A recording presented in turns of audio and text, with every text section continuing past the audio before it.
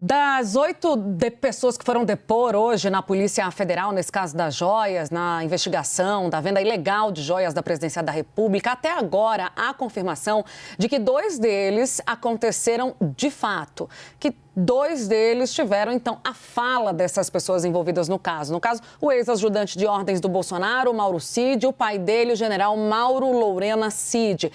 Isso porque, apesar de terem ido à Polícia Federal até ontem, como falava Gustavo Uribe, a estratégia era de que Bolsonaro e Michele falassem à PF, a defesa do ex-presidente decidiu hoje, de última hora, sem que vazasse essa informação, aliás, estratégica, entrar com uma petição, alegando que os depoentes ficariam em silêncio, dizendo o seguinte: houve conflito de competência. E a gente vai explicar o que isso significa, segundo os advogados de Bolsonaro. Eles estão alegando que, como a Procuradoria-Geral da República não reconheceu a competência no Supremo Tribunal Federal para julgar o caso, eles só passariam qualquer informação diante de um juiz natural competente. E a nossa equipe foi entender melhor o que eles depois explicaram em nota à imprensa. Vamos assistir a um trecho exclusivo da entrevista com o advogado de Bolsonaro.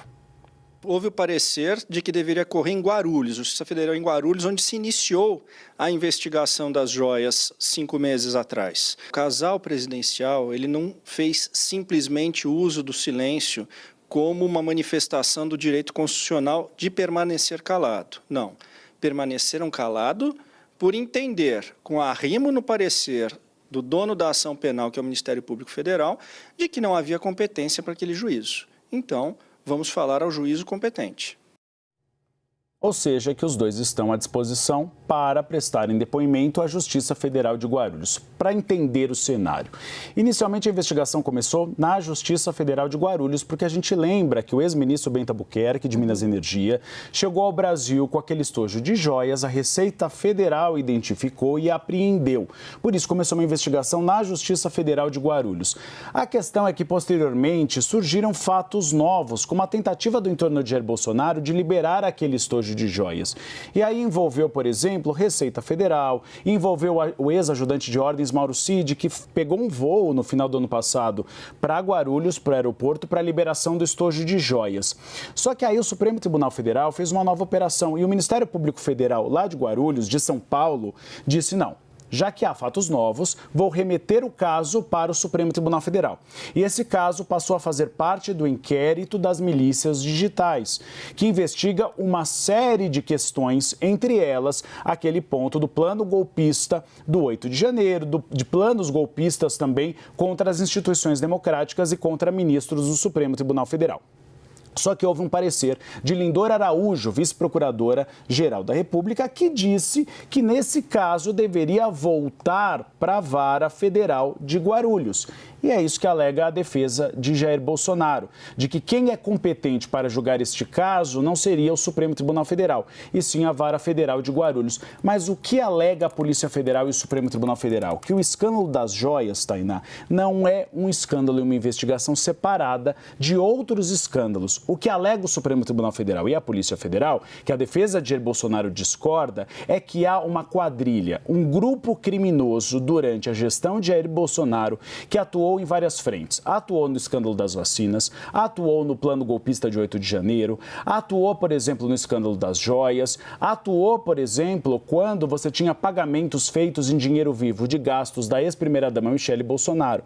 Por isso que o Supremo Tribunal Federal diz que deve ficar com o Supremo Tribunal Federal e com a Polícia Federal e que não pode descer para outra instância, apesar de Jair Bolsonaro ter perdido o foro privilegiado quando deixou o Palácio do Planalto. E você conversou com o Fábio Van Garten logo pela manhã. Mais cedo a gente conversou com o Fábio Van Garten, que também foi chamado para depor nesse caso. Ele foi até a OAB. O Van Garten, além de já ter sido ministro do Bolsonaro, secretário de comunicação, atua junto à defesa de Bolsonaro, é advogado também, faz uma participação entre a comunicação e a defesa do ex-presidente. Me contou que teve com o ex-presidente aqui em Brasília desde segunda-feira à noite, de que sim, houve ali uma conversa, especialmente com esse grupo de comunicação. Ontem a gente falava aqui no Bastidores CNN, gente, o Uribe trouxe sobre o bunker do PL, né, de assessores e advogados que estavam tratando da defesa do casal Bolsonaro. Sim, houve muita conversa, não só sobre o que seria falado com a PF, mas no sentido, eu entendi também, de conversar amenidades e tentar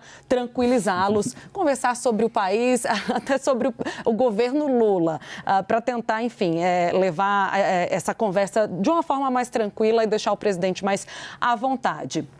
O que a gente trouxe hoje para vocês na abertura foi uma mudança de estratégia da defesa.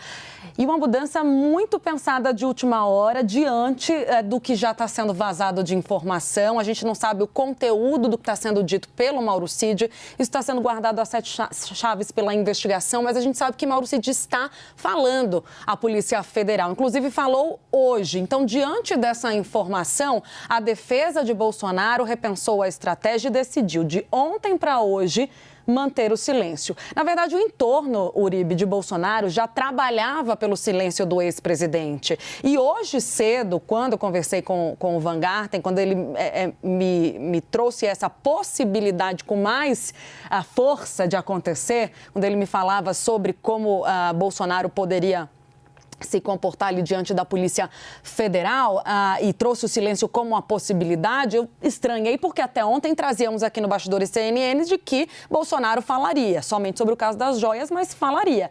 Portanto, o que a gente descobre dessa informação no off é de que a defesa decidiu mudar de última hora. Então, apresenta essa tese da competência para justificar o silêncio. Uribe, vamos chamar os nossos analistas? Você quer complementar? Não, eu só queria complementar 2 fatores que foram primordiais para essa mudança. Primeiro, a defesa teve a informação confirmada de que Mauro Cid falou, e não falou pouco, falou muito. E não é só do escândalo das joias. Falou sobre a carteira de vacinação e falou sobre o plano golpista de 8 de janeiro. Mas havia uma preocupação, e essa preocupação eu senti nos últimos dias, com o depoimento de Michele Bolsonaro.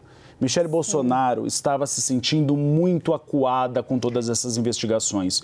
Ela procurou em mais de uma oportunidade o presidente nacional do PL, Valdemar Costa Neto, para perguntar até que ponto ela falaria ou não. Então serviu também para proteger Michele Bolsonaro, porque ficaria muito estranho. Sim. Jair Bolsonaro depondo e Michele Bolsonaro não. Então, para preservá-la, teve o voto de silêncio, uma decisão tomada na madrugada de ontem para hoje. De hoje ontem para hoje. O que eu ouvi hoje cedo mesmo do Van Garten foi algo nesse sentido também, de que o fato dela ter sido chamada para depor e o entendimento do Bolsonaro e do entorno de que ela não deveria estar depondo, porque ela não está implicada diretamente, a visão deles deixou a equipe furiosa.